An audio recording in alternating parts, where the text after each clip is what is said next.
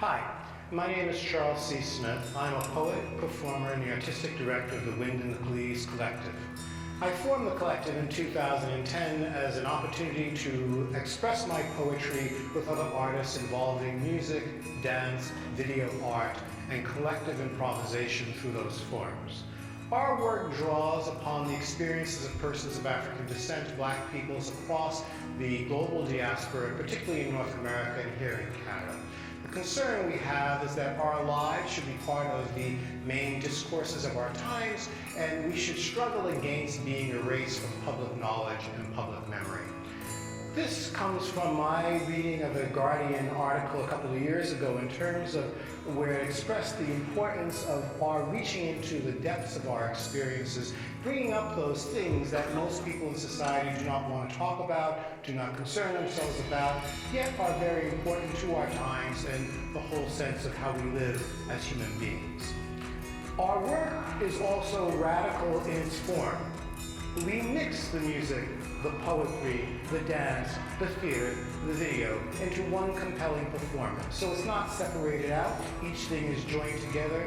The artists work in collective collaboration, and we draw from our experiences to highlight the concerns that come through my poetry and that reach audiences that are interested in us, follow us, and want to see more of our work.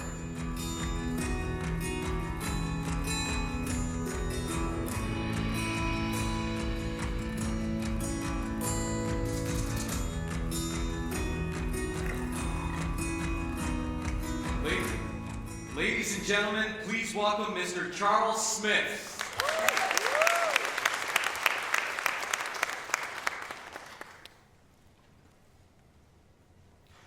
Death by 30. For Marie-Joseph Angelique and Phyllis Wheatley.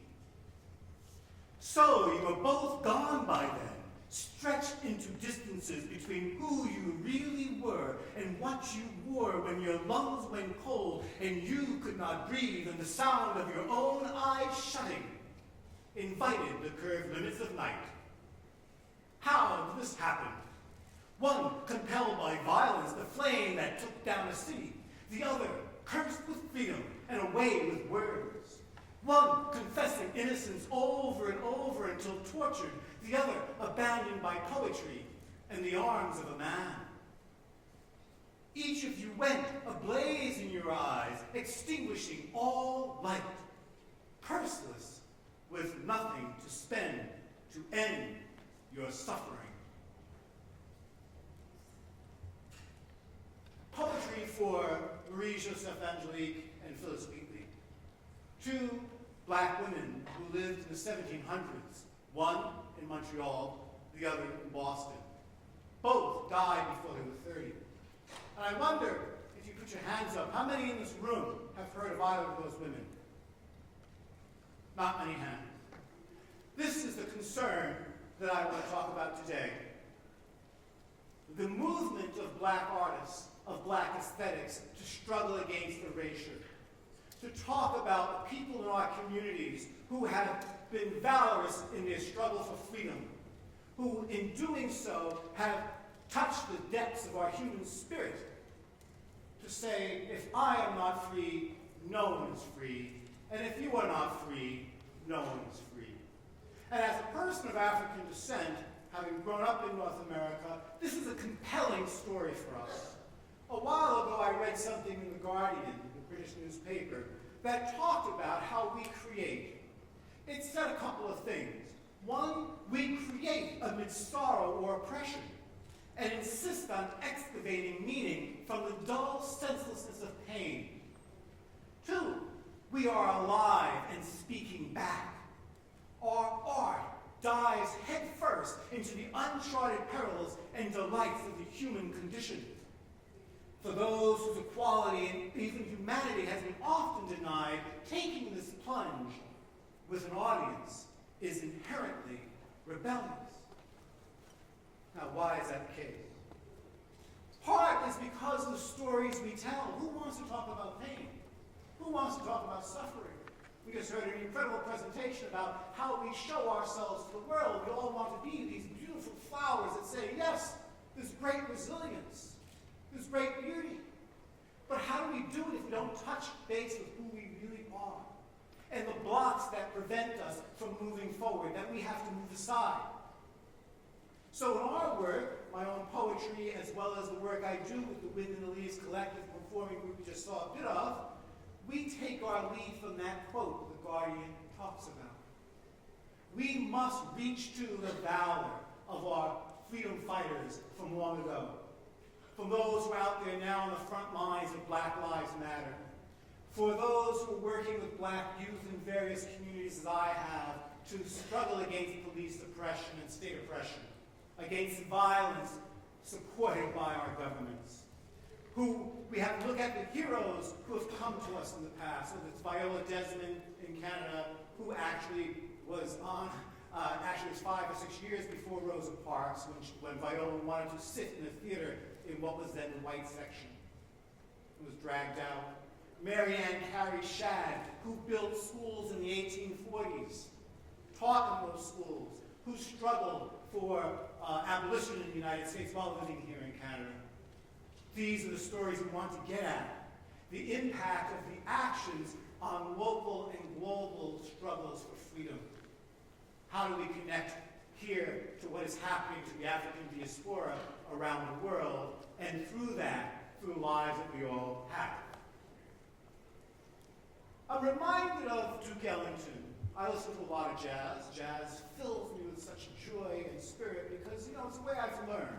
When I was living in New York, I used to hang out at Columbia University largely to hear musicians who became somewhat parents to me because they followed their own paths. They learned from each other as Black men and Black women. They said, yes, we understand what these institutions, universities, etc., bring to us, but we have our own aesthetic, our own values, our own way of being. And one of the things that was important was how to present art as part of our lives. How to present our lives through music, through poetry. And Duke Ellington at one time said that the reason jazz is discordant is because our lives are. We live in turbulence. We live in turmoil. And for us to be truth to ourselves, we must bring that through our lives and through our art in particular. So, in this way, I talk about my poetry, the work I do with the Wind in the Leaves collective, the work I do within the community of artists, as one that is jarring. Purposefully so, because our lives are filled with so much pain. It's a history of pain. Recently, I believe a scientist at Harvard University talked about the transference of DNA from one generation to the next, and that the impact of slavery is carried through in that process. So that children who grow up in Black families already have it built in. They must be careful in environments. They must be careful when they walk outside of their communities. They must be careful when they're walking within their communities. Because of the 500 years of anti-Black state and local oppression that we have lived with. The other aspect is this binary of blackness and whiteness and how that fits within a master narrative of individuals who say we are superior. The Eurocentric culture, the Eurocentric practices, the Eurocentric philosophies are much more superior than anything else in the world. So they adopt this term called universalism. And that those values are the height of everything, so therefore should be spread across the world. Well, what does that say for those of us who don't come from Europe? Who had valuable traditions? We saw earlier pyramids built 7,000 years ago. We know that there were ziggurats in Zimbabwe. The Benin sculptures have been remarked as some of the best work in bronze humans have produced. So we must struggle against that master narrative and say, no, there are other things. Yes, Western classical music is very valuable and important. However, so is improvisation, the ability to create in the moment as an artist, as a composer, as a musician. That has different standards. And one of the things that we discover is that living in the dominant world as we do, and in our own space, we have double consciousness. We know what the demands are of the institutions that are around us. We know what they're looking for. But we have a way in which we can communicate with each other, talk to each other, and begin to look out at the world. There are some thinkers who who say that actually great literature comes from that, whether it's a Toni Morrison, or a Dion Brand, or an M.G. Kasaki, Salvation is still very interesting perspectives, and so on and so forth. Because we're able to see both worlds. It is a question whether or not the dominant group, European background, really knows who we are. And so how do we bring that out to a world in which you live within? Here I am, 17 or 18 years old, playing softball. And one of the stories that I come upon at that time is how I was picked up by the police for supposedly being the head of a car theft ring. Now, I kind of look innocent here and kind of, hey, I'm just having a fun time playing a game of sports. Well, one day, when I was walking down the street to get the bus to visit a friend, a cop car comes around the corner. Bubble goes on top, swirling around. You! I look around. Me? Yes. I find myself handcuffed to the back of the car. I find myself being identified as the police officer being the main person in this car theft ring. If it weren't for my family, I wouldn't be here now. And that's an interesting aspect of some 40-odd years ago. I look back on that and I say, wow, if not for this, I would not be here.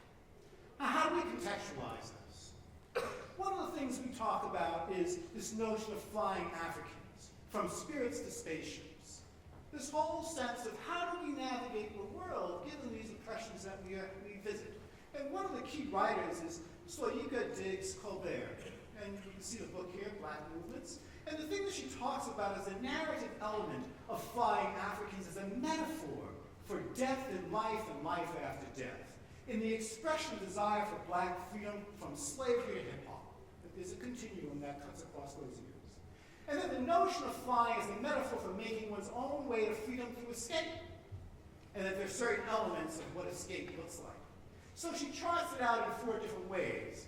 One is she talks about, in our lives, is in a depiction of exhausting labor, which obviously slavery was. Can see to can't see. You got up in the morning when you could see the sun, see the day, and you worked until you couldn't see anymore. It's a long time. So exhausting labor still follows us into workplaces where we face those barriers of anti-black racism.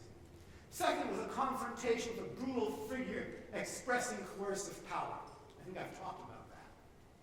What's interesting, though, is a third point, an enunciation on the part of a gifted African with supernatural powers. And you kind of think, wow, supernatural powers. Who can have supernatural powers? And then finally, that vision of an African or a mass of Africans flying away. My mother, with my brother Clayton. My mother was a domestic, grade 3 education. Her father didn't think girls should study. 10 children. My father died when I was quite young.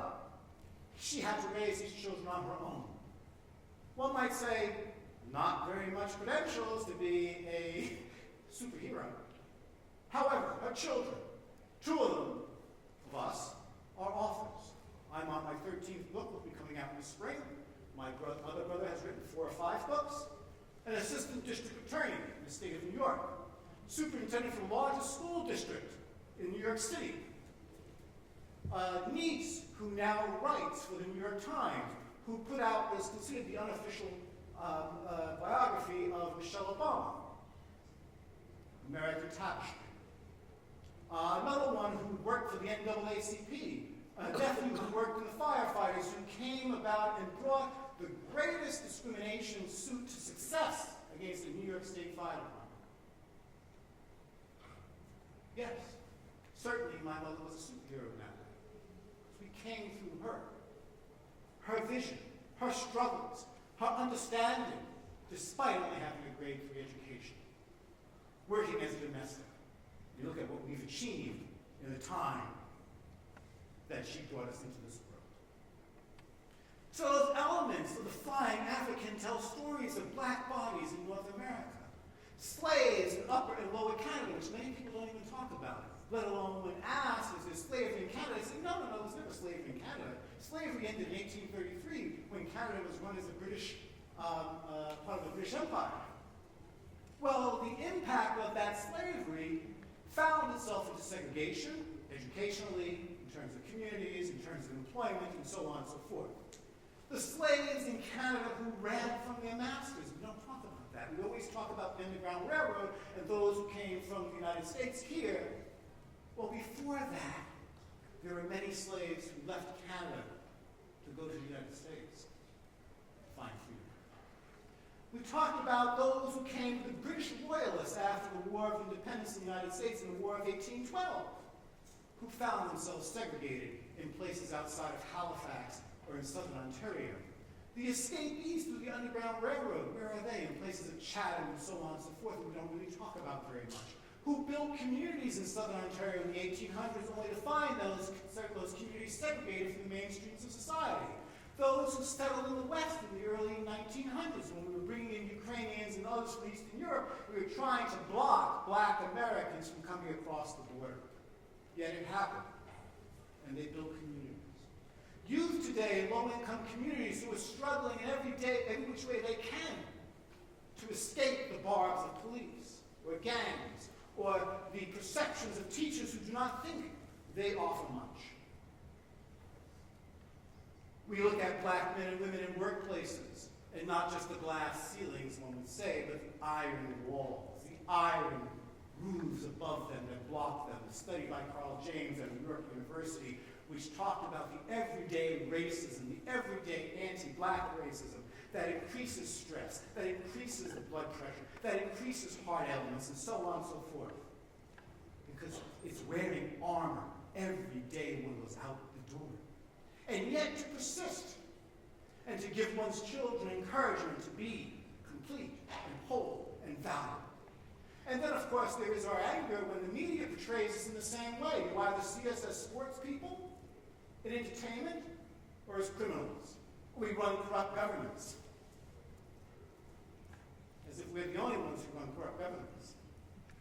So these are the negatives that we come out the door with every day and have to face and challenge and give something to ourselves and to others. My own personal experience is full. In high school, I was the only black in my class, and I can tell you the physical and emotional abuse I suffered then. Running for the bus, which I've already talked about, and being surprised to be sitting in the back of a police car while being told I am the head of a car theft ring. Even though the young people who were supposedly with me said, no, we don't even know who this guy is, which probably increased to the policeman's mind, he must be the head, because they're denying him. They're trying to keep him safe. The community work I've done in Regent Park, Jane and Finch, Lawrence Heights, Birchmount and Finch, working with young black men and women and their parents to stop police from beating them up throughout the 80s and 90s. Employment in legal associations and in universities where the same issues around anti-black racism are all too prevalent, all too acknowledged, but yet we still see it. And then finally, the work that I'm doing in the arts, which if we talk about values, like law, the arts are built upon certain value systems that come out of a Eurocentric background. And so trying to present art as we do, which is jarring, puts our pain in the public domain, has challenges. This is the next book I have, Destination Out, and it comes out in the spring. And on that point, I just want to end with some challenges for each of us as we go forward. We can't simply leave the situation as it is and say, hey, great talk today, but what else can we do here? We have to be able to take it on. How can we begin to do this? We begin to see a number of organizations in the arts that are actually challenging these things. The organization I run, Cultural Pluralism Arts Movement Ontario, the Aboriginal Curatorial Collective, the Indigenous Performing Arts Alliance, Tangled Arts, which is an organization for people with deaf, disabled, and quote-unquote mad, as they call themselves, and the way they push against these values in the arts so that they can be present, full, and part of our society. That's what we ask you to do. Get engaged. Take up the struggle. Join with others.